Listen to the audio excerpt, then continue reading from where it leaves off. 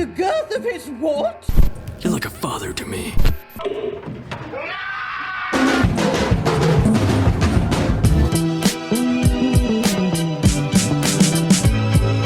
Hey! And go. What's up, everyone? Adam from FWCI. This is James Acaster Repertoire, episode 1. That's episode, not episode. A episode sounds like something that I don't want to experience. If you want a full-length version of this reaction, go to patreon.com/FWCI and make sure you subscribe here on YouTube as well, because Taskmaster Series 20 has started, which means I'm also going to be going through a whole bunch of Taskmaster alum stand-up comedy or whatever. We'll find a bunch of stuff to fill the schedule. But it is a crime that I have not watched this yet. I love James Acaster. Everything I watch him do just makes me love him more and more and more.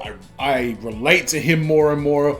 I feel like there's just so much similarity in what his life was like as a child, what mine was, and our humor is just so in sync. So I'm expecting that I'm going to be laughing my ass off throughout this entire thing. I have reacted to his stand-up special, 1999 Cold Lasagna or whatever it was called, and I did his other one, Heckler's Welcome, which I was a bit disappointed at the lack of heckling in it, but this is a Netflix special, so I know he would have put a little bit extra polish on this one here. So let's get into it.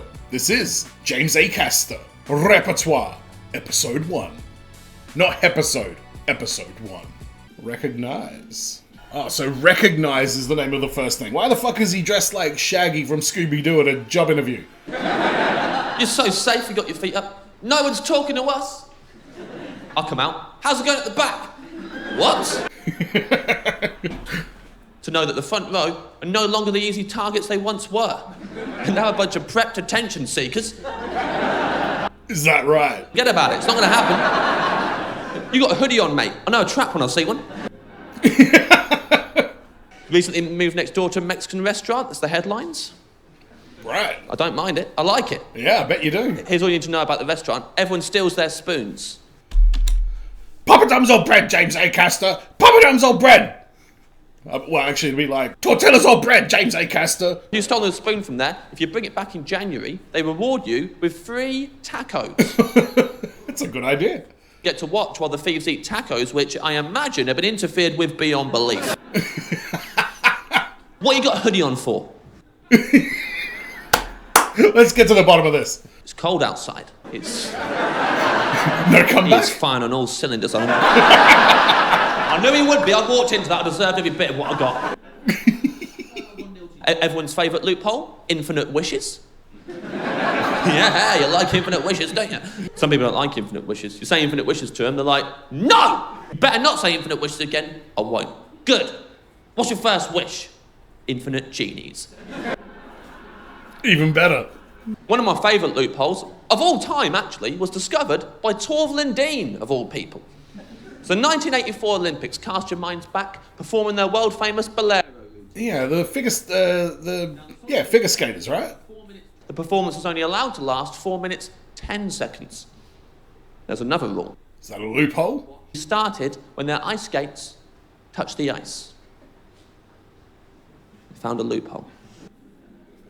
Smart. I'm going to find the exact same loophole, and it feels great. Here I am, I'm kneeling down. How is this a loophole for you, though? You have to do more material.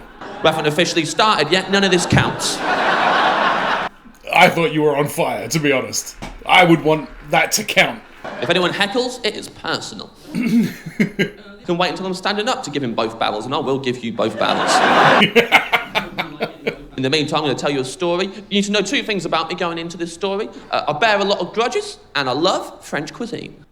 Okay, noted. You're in a pot, and it's like granola on top, then mainly yogurt, then fruit compote at the bottom. You know, the way they eat it in Paris. And everywhere else? Like, I start off with nothing but granola, just shoving raw granola into my mouth, deflecting off my teeth this way and that. And then I power through the yogurt for a really long time, getting precious little out of it. It's why I like them fruit corners, they come with that little chaser.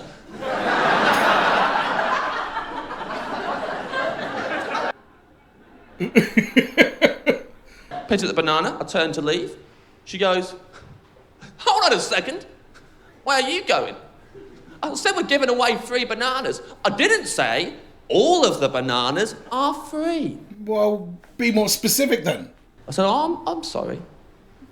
Which of the bananas are free? As soon as I asked that, I think it highlighted how insane it would have been if that had been my initial response. If someone says to you,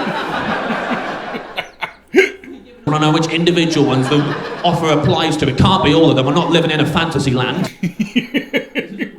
These ones. And she pointed at this pile of jet black bananas.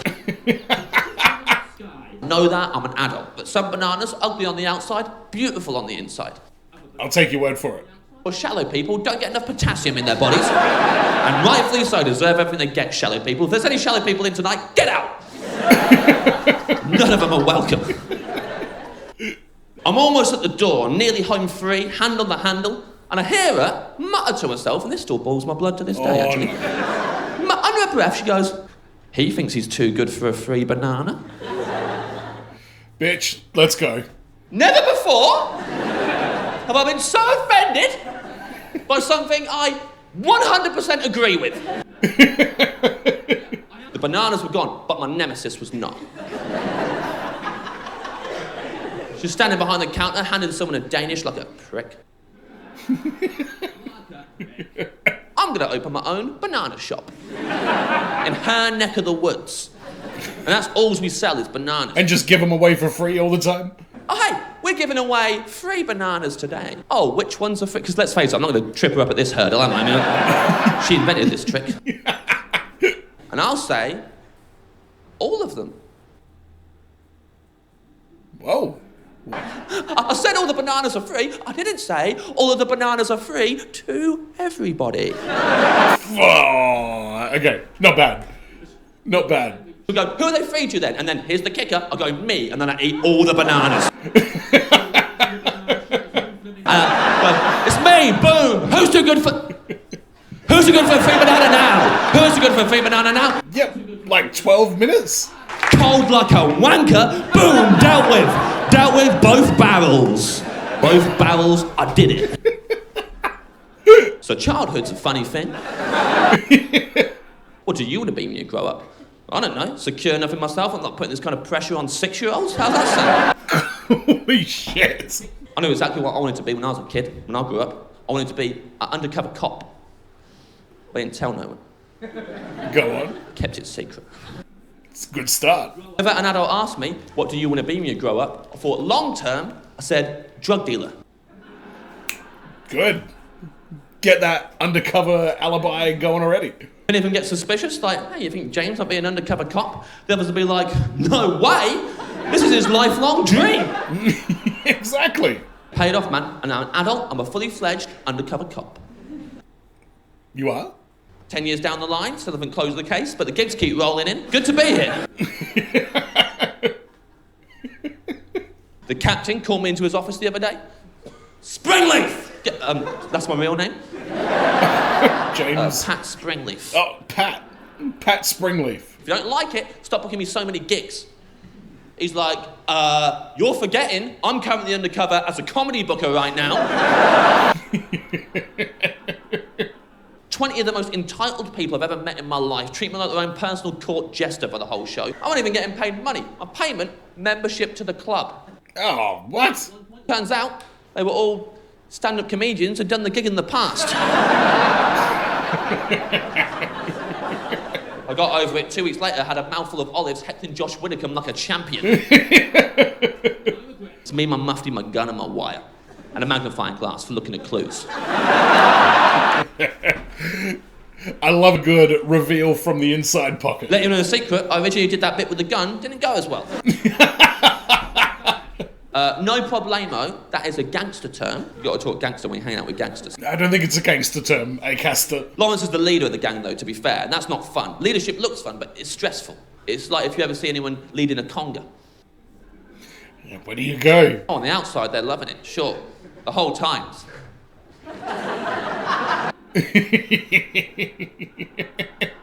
Put your drink down. Yes, you bloody are, mate. Come on!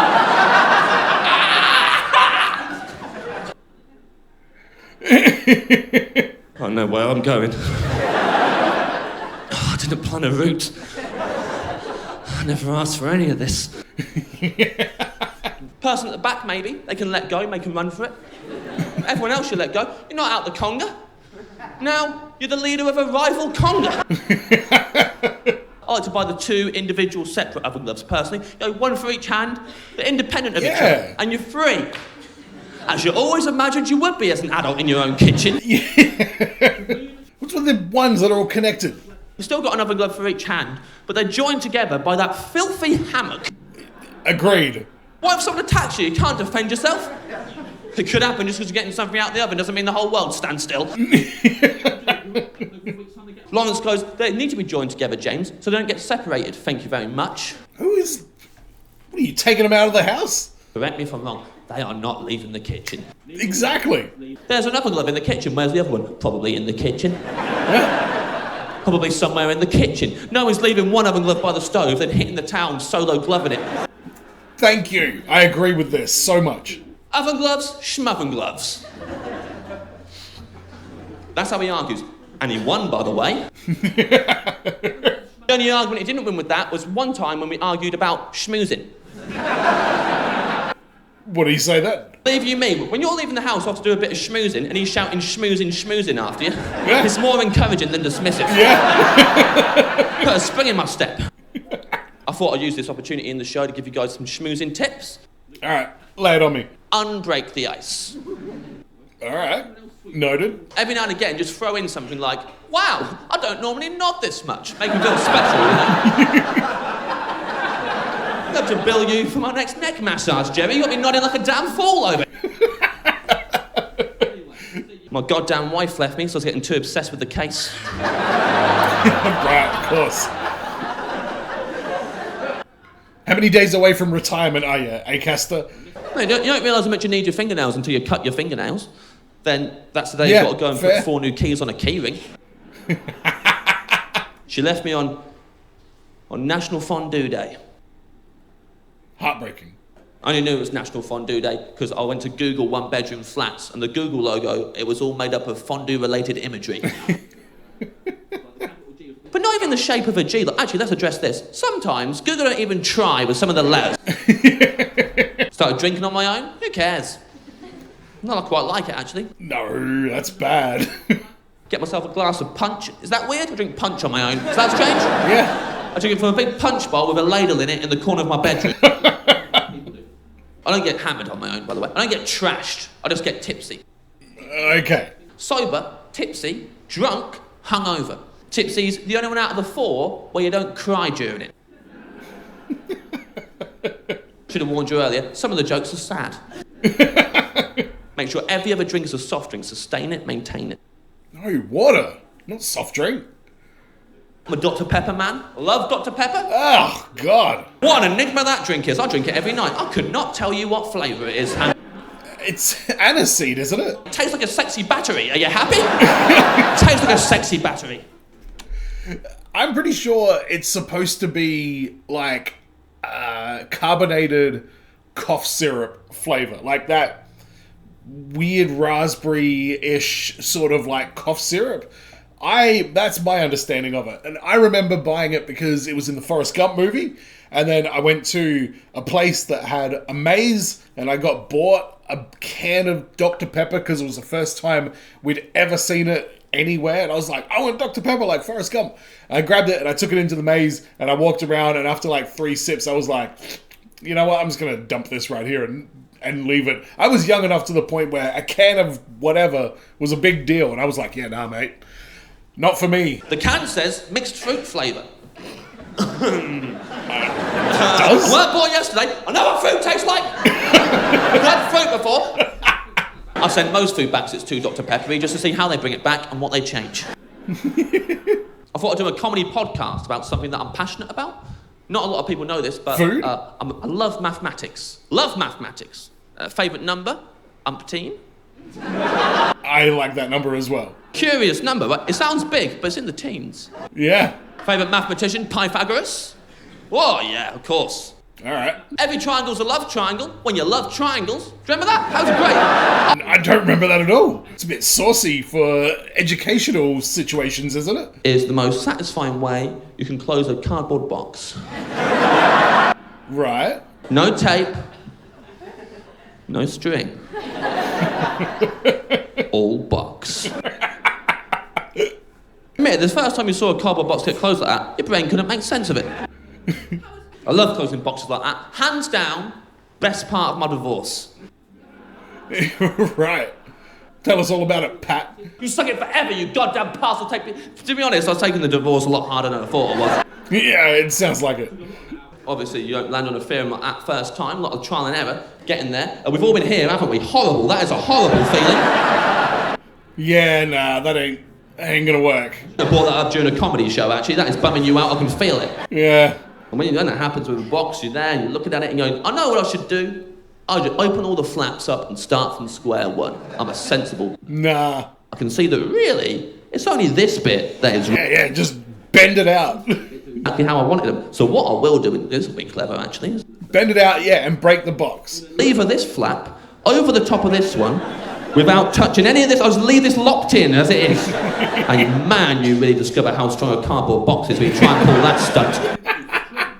Night of all nights, because today is his birthday. And I know that because my favourite website told me so this morning. I was very excited when I got up and I saw this. Finally, credit where it is due. Right. That's very clever. I like that.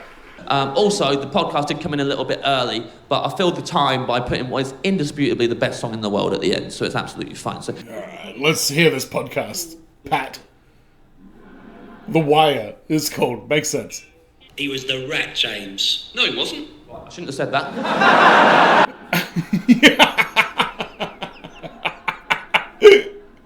Listen up, fellas. If you could be half animal, half human, which animal would you be, and which half would you choose? Animal schmanimal. End of that game, what's the point? Huey doesn't like being called a caveman, so I thought, let the ribbon commence. The police find out that we're all going down for a long, long time. Did you understand that, Huey, you bloody caveman? I've had enough of this. Call me a caveman again, you wanker. Say prayers, mate. Say prayers. Is that the code? Prayers, say your prayers, say your prayers. I would probably be half flamingo, but I'm not fussed about which half.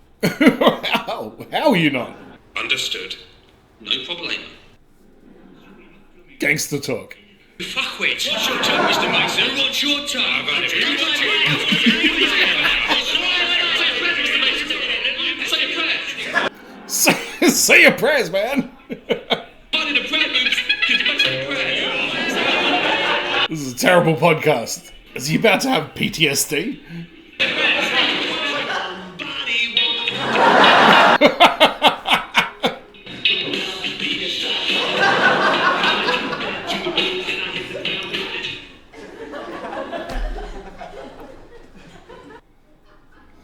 Got a bit real, didn't it, mate? I had a bit of a wobble. That's normal, right, isn't it? Having a wobble? My electric toothbrush died in my mouth that morning.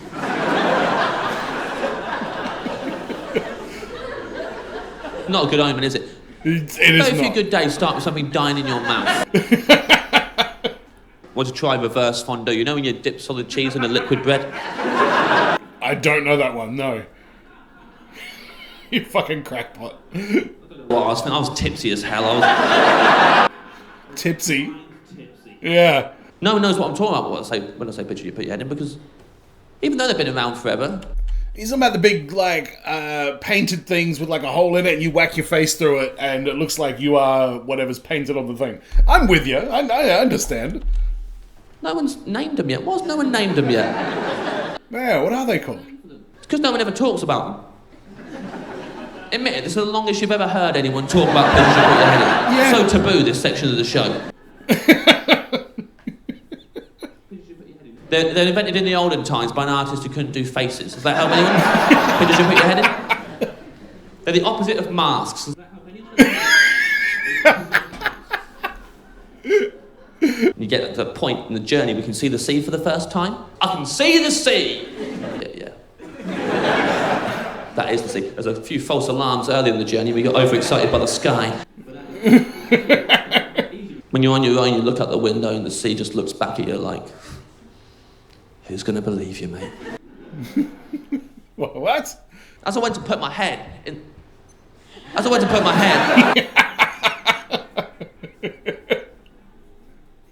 looking at the cop and the robber, I didn't know where to put my head. I've been undercover so long. For fuck's sake. That have our Christian names written on them in calligraphy. And then like a paragraph underneath about how wonderful everybody with that first name is. I hate those things. For heart full of optimism and eyes brimming with hope. And those lucky enough to know you know they're fortunate. Apparently that describes Bob Marley, Bob Hoskins, and Robert Mugabe. I love you, but I don't feel like I know you. And that's also how I feel about.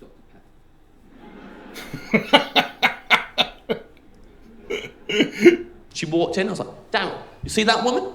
I'm gonna marry that woman. So the years went by, I dropped my guard more and more. Then as soon as my guard was all the way down, she changed, overnight. Undercover copped me. I didn't like how it felt to be undercover cop.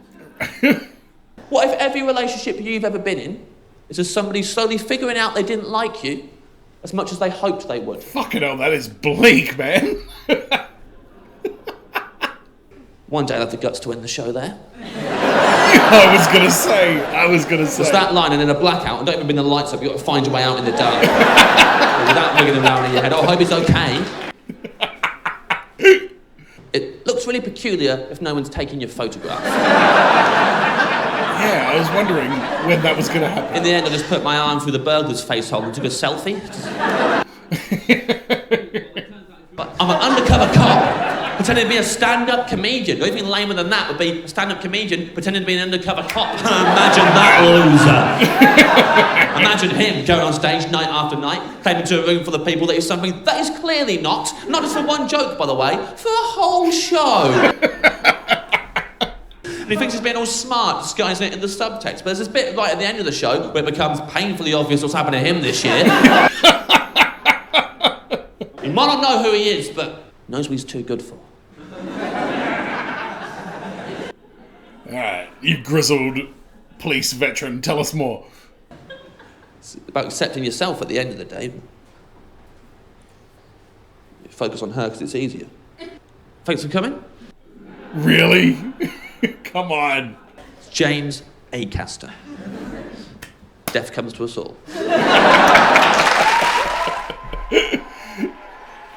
As kind of a relevant ending to that, which I will explain. Is there an after credits where Nick Fury recruits Acaster to the Avengers? And there is not. So it's weird that I decided to watch this, because I just watched for the first time Monty Python and the Holy Grail. I was pretty surprised by that, and one of the things, I didn't say it during the reaction, but one of the things that I noticed was at the very beginning, the hilarious conversation about coconuts migrating and birds and everything like that Arthur has with some guard. You don't even see who it is. You're using coconuts.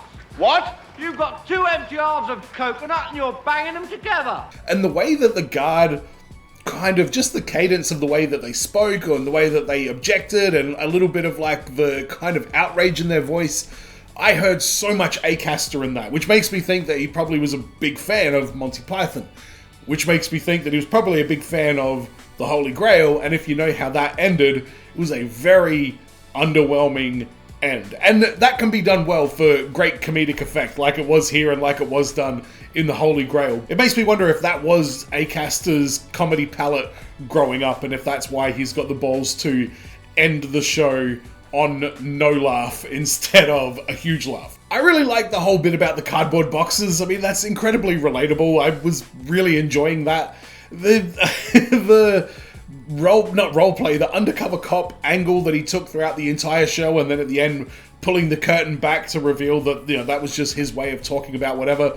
I very much enjoyed that as well. I thought that was a nice touch. He's just a very enjoyable guy to listen talk about things. It has to be because we're like from the same generation, and again, I really feel like he and I share this weird kind of similarities in our brains, wherever that may lie. But that was James Acaster, Recognize. Again, if you want a full-length version of this reaction, go to patreon.com/FWCI. Obviously, I can't keep in every single joke for the YouTube edit. So if I did miss your favorite joke, you can check it out in the full-length tier on Patreon. And make sure you subscribe here on YouTube because I will be doing the next 3 over the next 3 weeks as well. And as always, everyone, be well, stay safe, look after your friends, ta-ta, and farewell.